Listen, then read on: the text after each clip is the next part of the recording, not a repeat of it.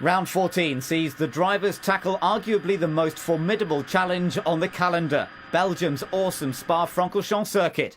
Every vantage point is used for this potentially historic race. Michael Schumacher could score a record-breaking 52nd Grand Prix win here. A wet-dry qualifying session saw the ubiquitous Montoya take his second pole of the season, ahead of his teammate Ralf Schumacher. Both could put the world champion's history-making aspirations on hold. The field is all set for the sprint down to La Source, except for Frentzen, whose stall throws away fourth position on the grid. A great shame for Alain Prost's cash-strapped team. Frentzen will be joined on the back row by soon-to-be ex-pole sitter Montoya, who has also stalled. Start take two sees Ralf Schumacher lead from his brother. Fisichella utilises Benetton's new traction control system to seize fourth behind Barrichello.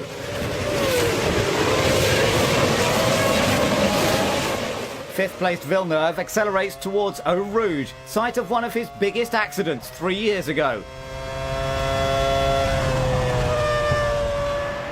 The Schumacher brothers battle at over 200 miles per hour. Ralf forces Michael wide, but he still easily takes the lead. Barrichello holds third, followed by Fisichella, Hakkinen, Coulthard and Villeneuve. An anxious Alain Prost watches as Luciano Berti gets too close to Irvine, with the worst possible result.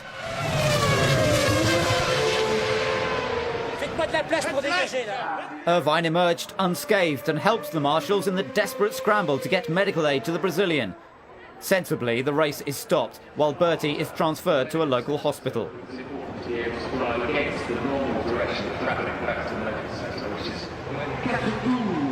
A rear wing problem leads to Ralf Schumacher's bizarre predicament.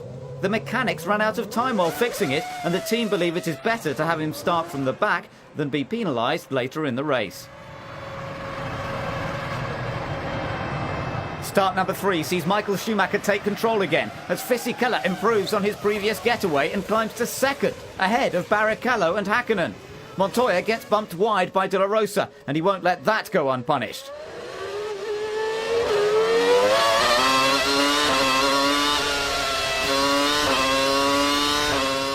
The entire width of the track is used for the battle for 7th between the Jordans of new boy Alesi, Trulli and Villeneuve's BAR.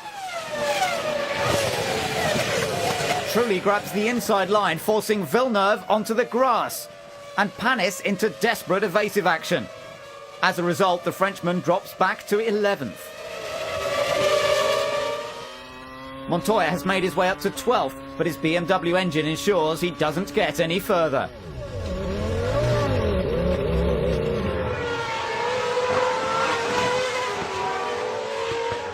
Patrick Head knows that Williams will require much better reliability to mount a title challenge next year. Ferrari's bulletproof package allows race leader Schumacher to throw caution to the wind. Fisichella is still second, but comes under increasing pressure from Coulthard. Hakkinen fights off the attention of Barrichello, who has dropped to 5th. But the Finn won't have to worry about the Brazilian now. A pit stop beckons. Coulthard has moved up to second after Fisichella's final stop. Can the Italian quickly redress the balance? It's touch and go, but the Benetton has more momentum and reclaims second position. Panis and Marquez lapped cars obscure the intense battle for second. It's Mercedes versus Renault, and the Silver Arrow takes a comprehensive victory. Fisichella will do well to keep Coulthard in sight for the rest of the race.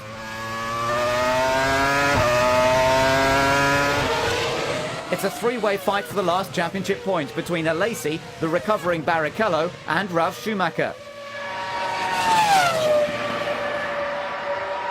The Ferrari number 2 picks his spot, moves out of the Frenchman's slipstream, and takes 6th place. More frustration for Eddie Jordan as Trulli's Honda engine chooses the self-destruct option. He has borne the brunt of the team's technical problems. Trulli's demise promotes his teammate up to 6th. But Alesi's possession of the last point will be brief if Ralf Schumacher has anything to do about it. His brother is on the verge of an historic victory. He rounds the final corner to win the Belgian Grand Prix, his 52nd Grand Prix win, beating Alain Prost's mark set in 1993. Coulthard's impressive drive to second place is obscured by this monumental achievement. Fisichella's podium finish is also a great performance. However, Michael Schumacher is the man of the moment. Thanks to whatever problem Williams had, I didn't have to fight against them because you saw the first start, they just pull away and I had no chance. And I think even on the second start, if Ralf on the second position, he would have just beat me into the first corner. We didn't need to find out, and I had a clear race from that moment on, and obviously delighted. This is certainly one of the most important trophies Michael Schumacher has ever received. This victory marks him out as perhaps the greatest Grand Prix driver of the modern era.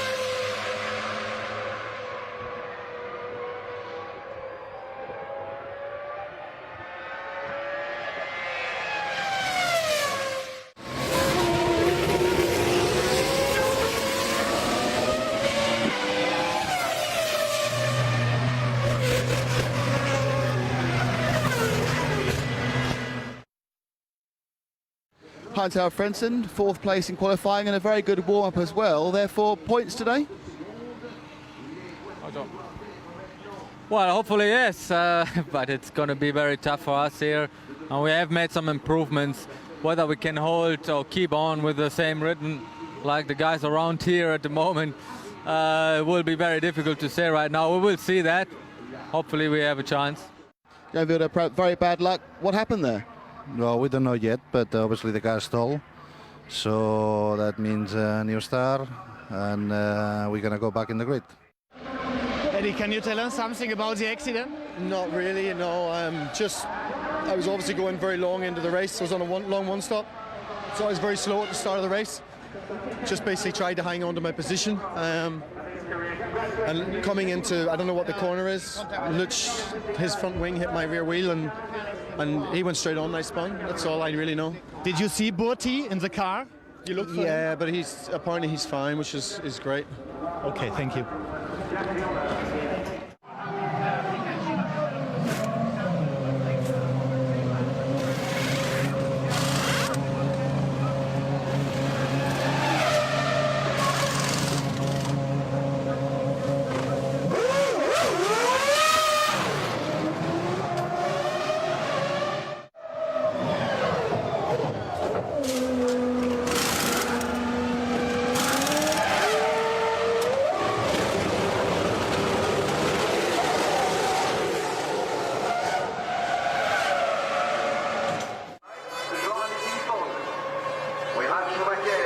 la vitesse de pointe de son moteur revient très très fortement maintenant sur Jean Alesi. Va-t-il tenter quelque chose à l'intérieur? Oui, il le tente, mais ça ne passe pas.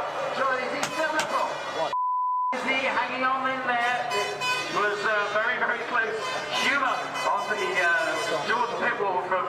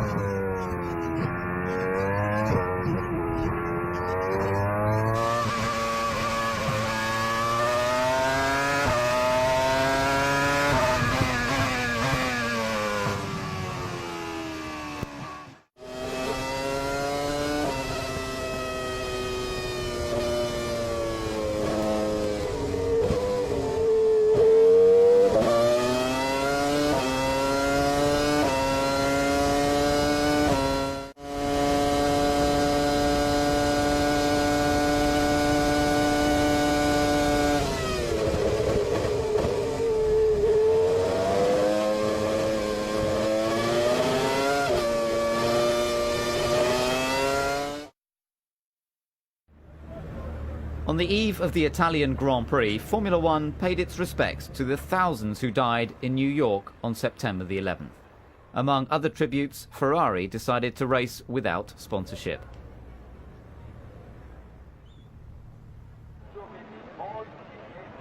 Alex Young becomes Malaysia's first F1 driver by taking Tarso Marquez's seat at Minardi, while Thomas Enger achieves that distinction for the Czech Republic. He subs for the injured Luciano Berti at Prost. Montoya took his third pole of the season ahead of the Ferraris, with Barrichello in front of Schumacher for the first time in 2001. Monza's first chicane caused plenty of headaches last year, so the teams braced themselves for the worst. Montoya gets away well, as do the Ferraris. 20 of the 22 cars jockey for position as Heidfeld and Fisichella start from the pit lane. Villeneuve might as well have done.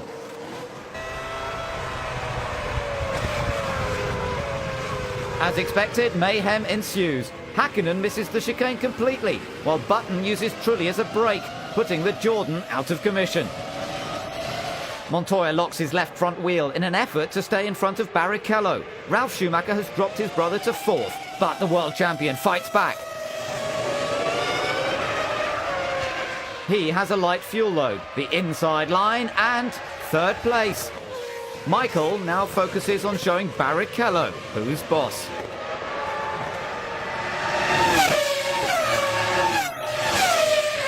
The front runners accelerate towards the Parabolica. Further back, the best battle on the track is between Raikkonen and Verstappen. The Sauber pulls out of the Arrow slipstream, brakes that little bit later, a bit too late, and the Dutchman takes full advantage. Ralf Schumacher's losing touch with the leading trio as Coulthard closes. Pedro de la Rosa holds down an impressive sixth for Jaguar. His teammate is fading fast as Raikkonen demotes him to ninth. More Renault engine woes for Button, who was running last after his collision with Trulli. while 5th place Coulthard's Mercedes V10 also signals its demise in spectacular fashion. Barrichello's efforts are just as dramatic. Ross Brawn looks on with quiet satisfaction as his number 2 takes the lead. Tifosi favourite John Alesi has 5th place Verstappen in his sights, but his lack of brakes at the first chicane could get him in trouble with the stewards. Montoya's 2nd place is under threat from Michael Schumacher.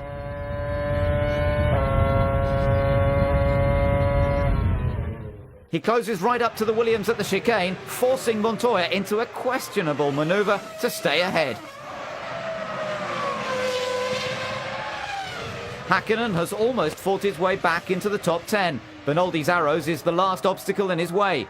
The Finn uses his horsepower advantage to make easy work of the Brazilian.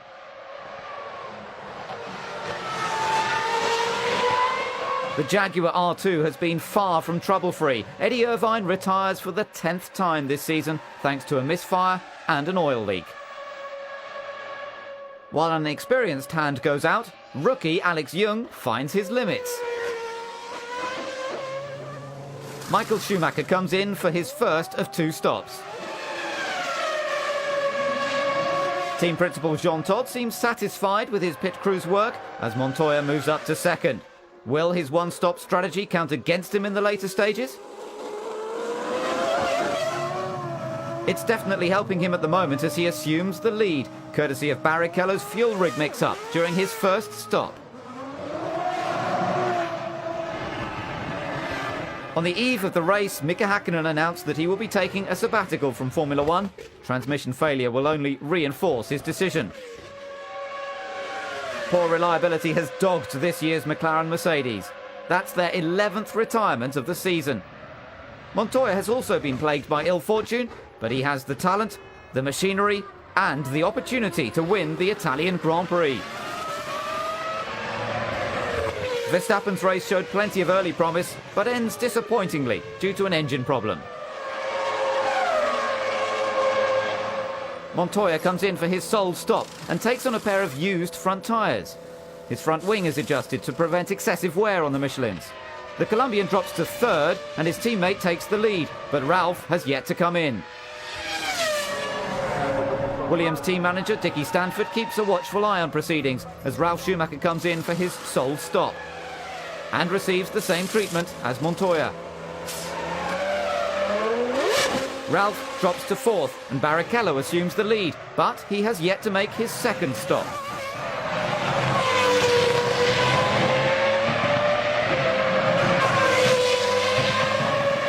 Michael Schumacher comes in for the 2nd time. This has been a strangely low-key race for the German, who drops to 4th. The Ferrari mechanic's focus shifts to Barrichello, who is about to make his final stop. This should ensure the win for Montoya, but he has had victory snatched from his grasp already this season. Barrichello is now 3rd, but Ralph's brake and tyre problems give the Brazilian the chance to try some slipstreaming. They're side by side going into the chicane. Barrichello gets his nose in front, but Ralph hasn't given up yet.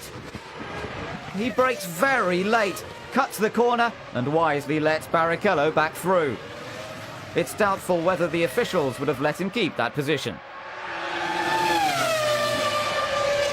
Barrichello's pit board indicates that Montoya has a relatively small lead, but it's enough to give him his first Grand Prix victory. The Brazilian finishes ahead of Ralph and Michael Schumacher, while Pedro de la Rosa earns 2 more points for Jaguar. Is this the first of many victories for Formula One's new superstar? The Tifosi sportingly applaud Montoya, who becomes Colombia's first Grand Prix winner. Montoya takes an overdue first win. However, Barrichello was unlucky not to take his 2nd. So happy, you know, and first of all, I think I want to thank everybody at Williams, BMW, Michelin. They've done a fantastic job for me and just so pleased with the result.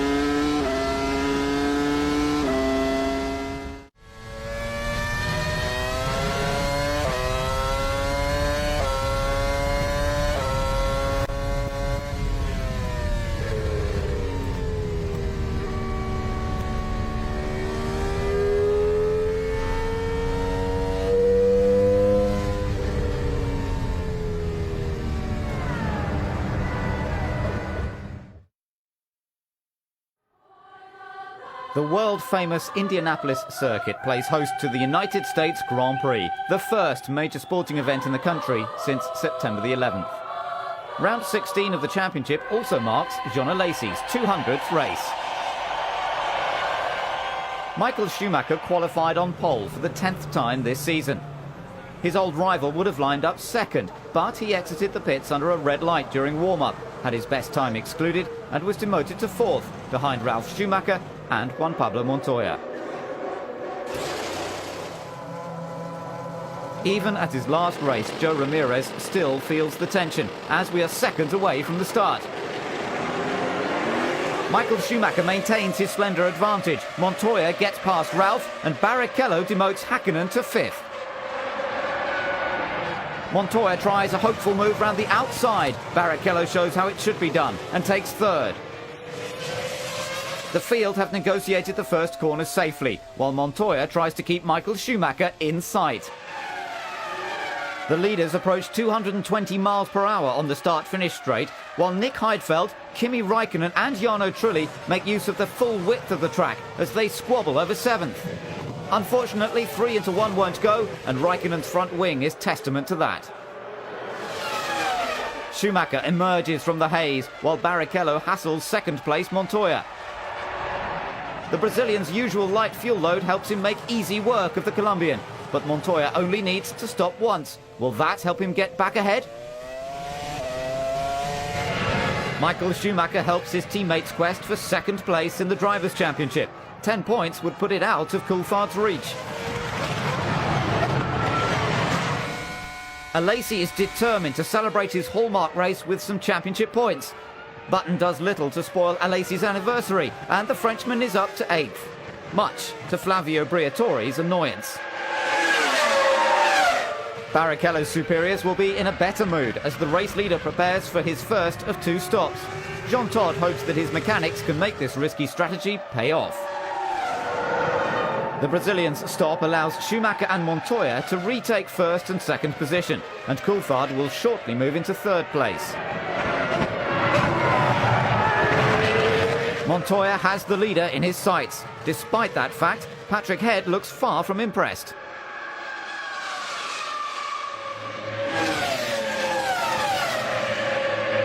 Once again, Montoya uses his US racing knowledge to get good momentum off the banked curve and tucks into the world champion's slipstream. Schumacher is wary of a move down the outside, he leaves the inside exposed, and Montoya isn't slow on the uptake.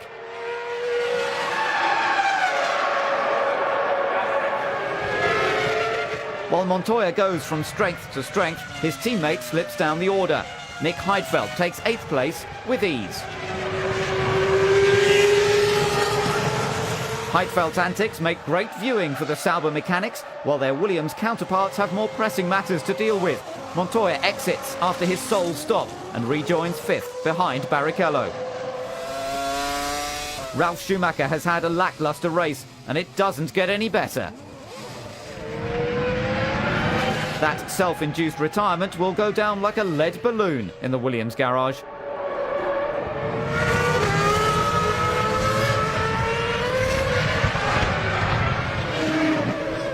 More bad news for Williams. A second victory for Montoya is put on hold by hydraulic pump failure.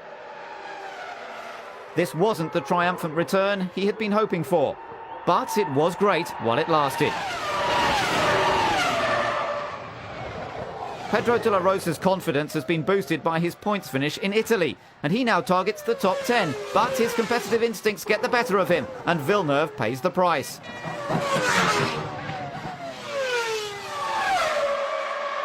Craig Pollock knows the consequences of clashes like that, and the former Indy 500 winner is forced out.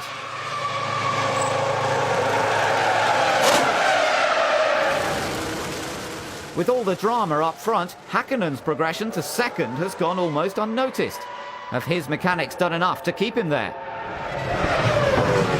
To the world champion's dismay, the answer is yes.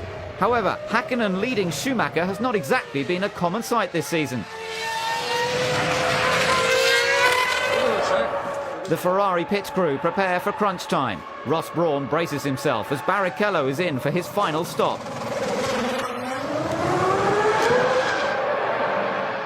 Despite their best efforts, the lead is lost to Häkkinen, at least for now. Eddie Irvine is enjoying one of those rare occasions when his Jaguar doesn't mask his skills. Heidfeld has left a big gap down the inside, and Irvine takes 6th.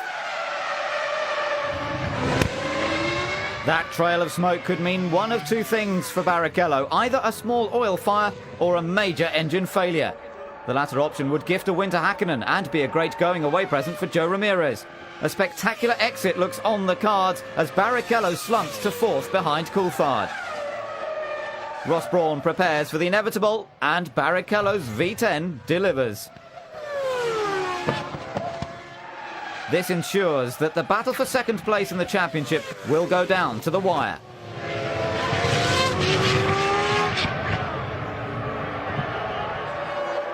Imminent victory puts a spring in the step of the McLaren team as Mika Häkkinen rounds the final corner to win the United States Grand Prix. The misfortunes of others helped, but it was still a great drive from the Finn. David Coulthard's 3rd place behind Schumacher will help brighten up a disappointing season for the Silver Arrows. Jarno Trulli's 4th place will do the same for Jordan in their pursuit of Honda-powered honours.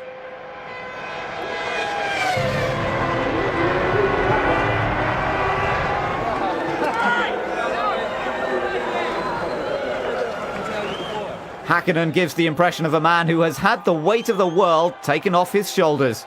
His sabbatical has given him plenty of inspiration.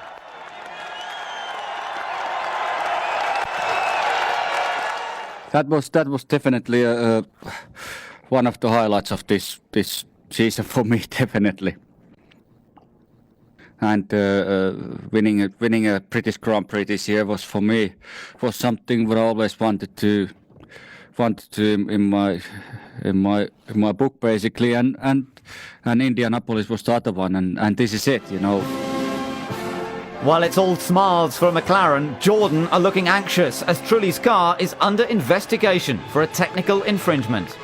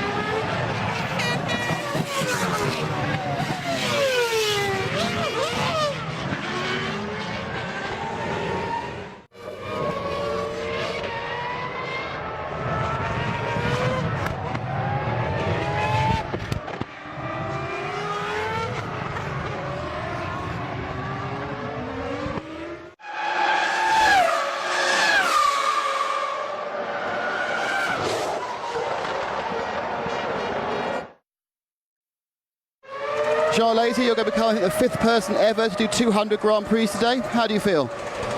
Old. No, I feel really proud to have been in such a fantastic business.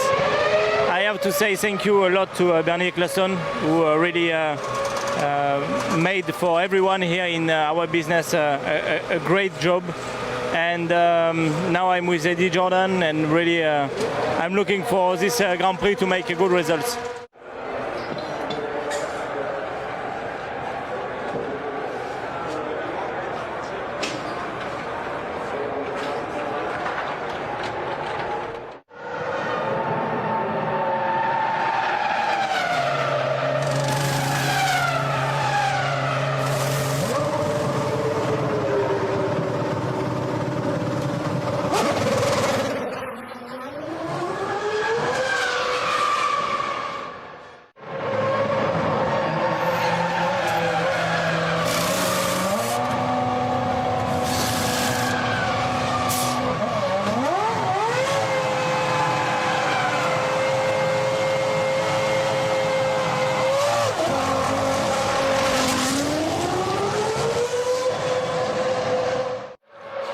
Juan Pablo Montoya, very bad luck, but a fantastic race there.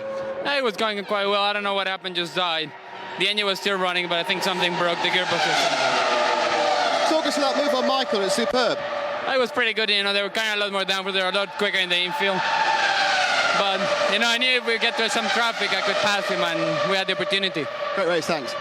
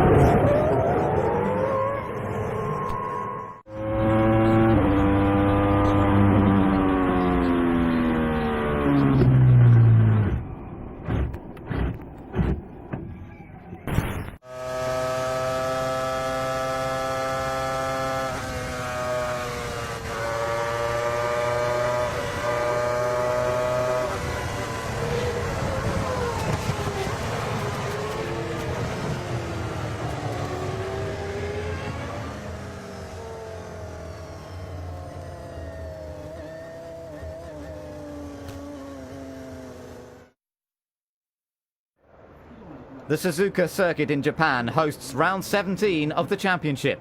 We are near the end of a long, hard season, and unsurprisingly everybody is in party mood.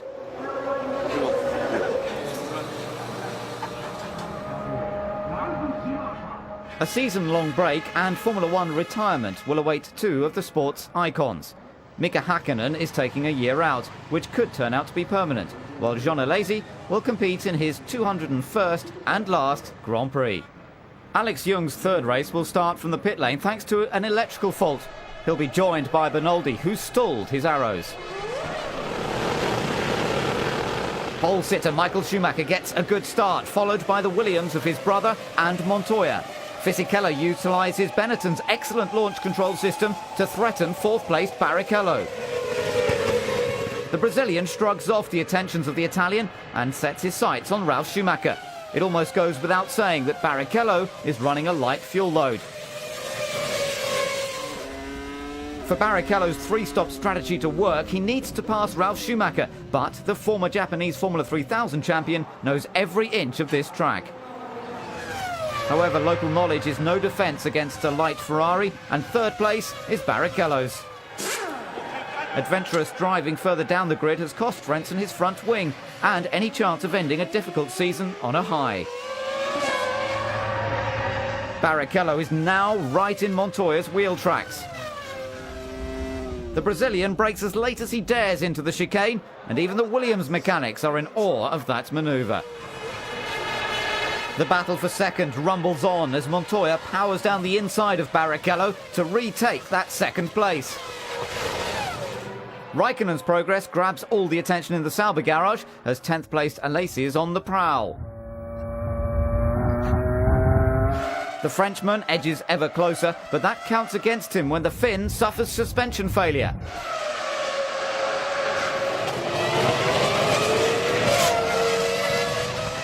The wrecked cars finally come to rest. The rookie and the veteran had a lucky escape. Relief, tinged with disappointment at the Jordan garage. This is hardly the way to end a distinguished Formula One career.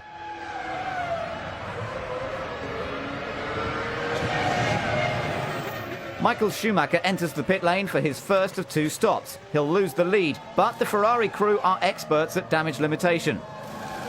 Erja Häkkinen looks concerned, and with good reason. Her husband is about to renew acquaintances with his old rival, who rejoins in 4th.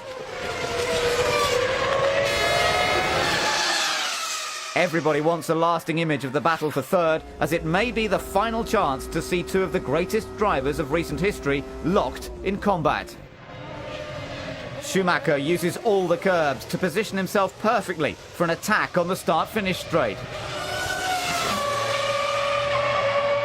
He goes for the inside, but Häkkinen shows no sign of throwing in the towel and snatches back the racing line to stay in 3rd. The Williams mechanics get ready to receive the race leader.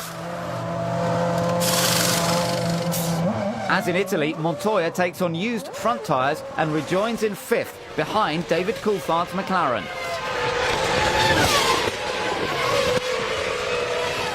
Tyre wear is the least of Eddie Irvine's problems, as a fuel rig malfunction ends a forgettable season for the Jaguar #1. Dickie Stanford takes a reluctant stroll across the pit lane as Ralf Schumacher is sentenced to a 10-second stop-go penalty for repeatedly straight-lining the final chicane. The German's punishment coincides with Rubens Barrichello's second stop, and the Brazilian's strategy will go further down the toilet if Ralf gets out ahead.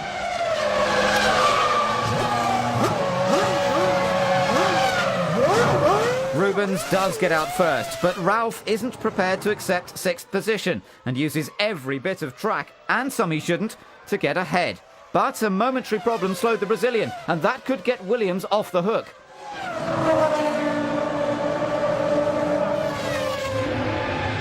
Sixth place Barrichello channels his frustration into finding a way past Ralf Schumacher. The last chicane provides the opportunity, but Ralf cuts the corner yet again, further frustrating the fuming Brazilian. Allowing Barrichello through could remove the threat of another penalty, but Ralf shows no sign of doing that. Barrichello hasn't got time to ponder the German's ethics. He snatches back 5th to the delight of his fans. The Williams team don't know what to make of their man's bizarre race. Michael Schumacher's second stop ends his spell at the front, briefly handing first place to Montoya. Häkkinen has risen to 2nd place, but he also requires another set of tyres and fuel. Will the previous order be restored, or can Montoya's pit crew gift-wrap the lead? Not this time. The Colombian will have to work very hard for his 2nd win. Ron Dennis boys are currently 3rd and 4th, with Häkkinen leading the way.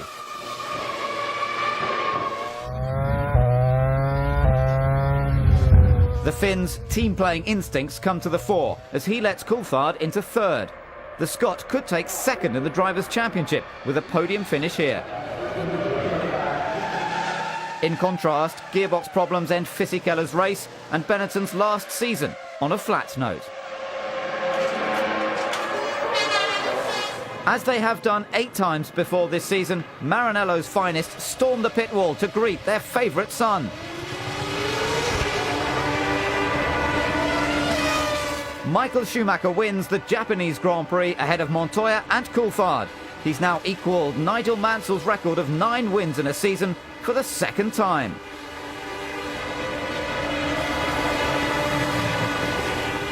It's a great season which has finished.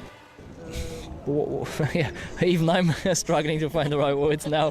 The point is that with that result to go into the winter break, that's obviously very nice. You can relax, you can look forward to next year, and the team obviously can be relaxed, especially after what happened a little bit the last 2 races.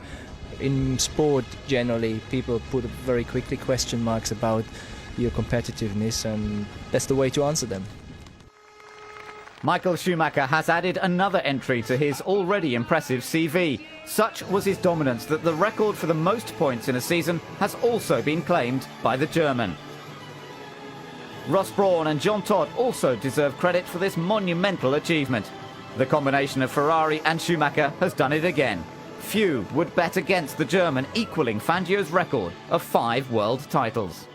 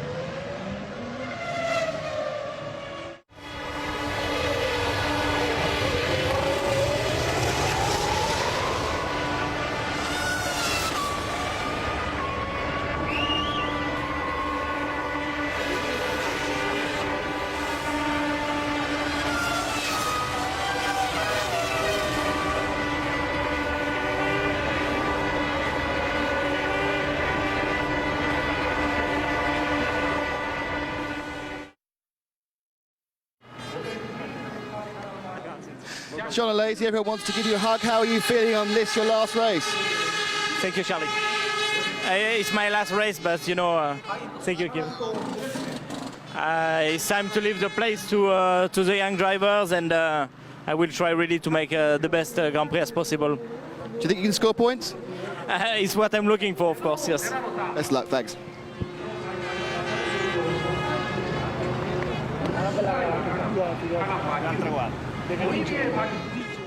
Mika Häkkinen, this is the last pre-race interview of this part of your career. How do you feel? I'm sorry, I just have to go. I'm sorry. No, you must have more to say than that, Mika. Come on. I'm looking forward to see how it's going to go. Obviously, we are trying to win this one because it would be fantastic to win the last Grand Prix. Our performance compared to competitors who are in front of us at the moment is not great. But we have to keep optimistic mind, positive mind. Anything can happen.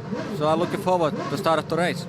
But this is a circuit where you've always shone. In fact, you won the championship here by winning in 98 and 99. So maybe today? Maybe today indeed. We'll see. Good luck, Mika. Thanks a lot.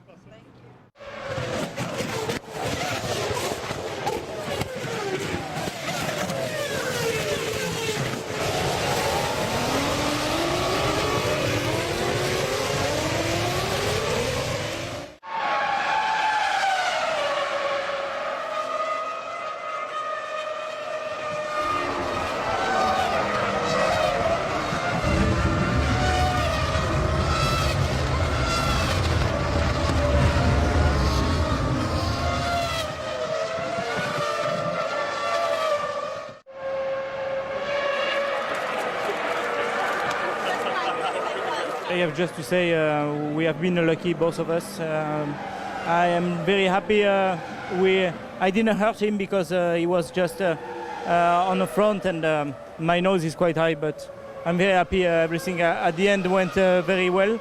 Just a bit sad to finish my career like that, but his life is motor racing, and we have to accept these situations.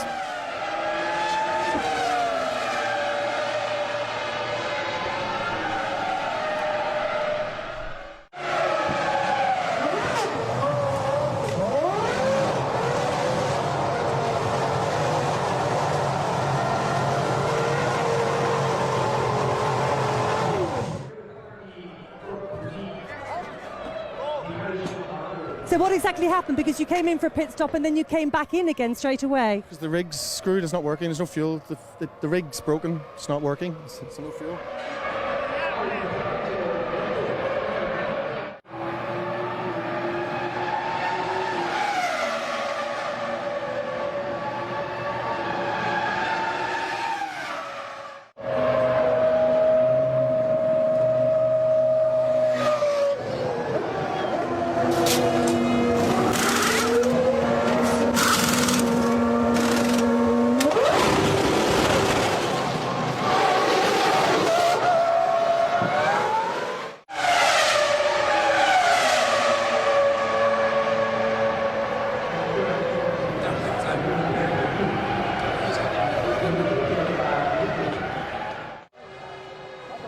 I'm going away because I need time off, and after 5-6 months you never know what I'm gonna feel.